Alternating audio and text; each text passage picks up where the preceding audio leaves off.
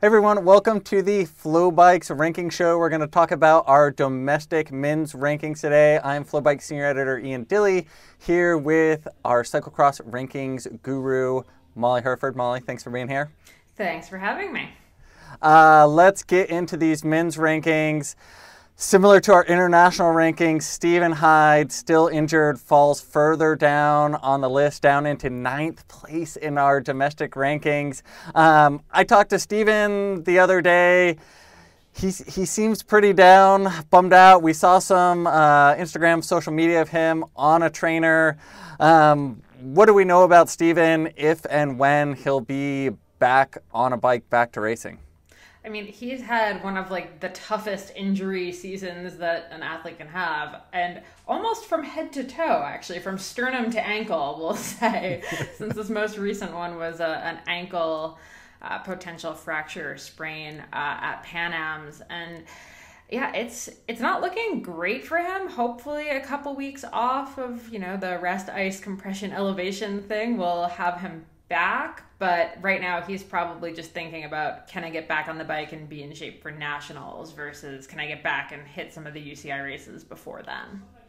And we still do have a number of weeks remaining before nationals and then another 2 months of European racing after that. So still plenty of time for Stephen. Other shakeups in the rankings, not to be a downer, but Tobin Ordenblad also falling further down the rankings to 6th. We're still waiting for Tobin to kind of have that breakout ride. We saw him take both the wins at Tulsa last year. This year, Tulsa becomes the week before nationals.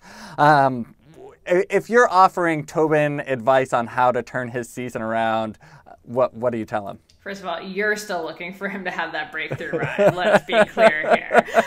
I'm a big fan. I love Tobin. I really do. I think if I were him, I would hopefully be getting a little bit of time off. I think he actually is. I don't think he raced this weekend, so hopefully he's, getting a little bit of a training block in, sort of calming down. He's been on the road. He's West Coast, so he has been traveling for much of the season, unlike some of the East Coast people who've gotten to be at home between races.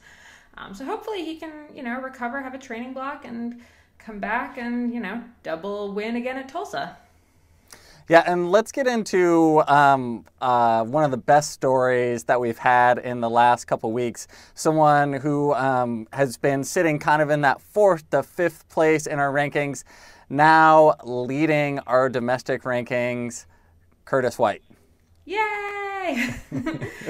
I mean, Curtis has been having absolutely a breakout season. He's young, and honestly, after he got out of the U23 field, he went onto the domestic pro circuit on the road, so we didn't really see him at cross as much. This year, he's back and clearly has some kind of vendetta against all of the other cyclocross racers because, he's tearing it up. He won Pan-Ams in, what we talked about last week, a really epic sprint, and then double wins in Northampton this weekend. He's just on a roll. Yeah, and he takes a place over Kerry Warner, who's been leading the rankings almost the whole season, really been dominating the domestic scene. Now, we're getting close to nationals, and then we're going to see a lot of racers, if they choose to, have the opportunity to go over to Europe and test their mettle against the best in the world at racing in Belgium. What racers do you think we might see racing over in Belgium, and who do you think we should see racing over in Belgium? Ooh, I like that. Well, we're definitely going to see a ton of the U23 riders, which actually makes up a fair amount of our top 25 elite men. So, we'll have obviously Gage Hecht, we'll have Lance Hadet, Spencer Petrov, Cooper Wilsey, Eric Brunner. That would be my guess for Christmas week over there. And then as far as the elite men go, I think we'll see... I'd bet on Curtis White. He's been over there before. He raced over there a bunch as a U23 racer.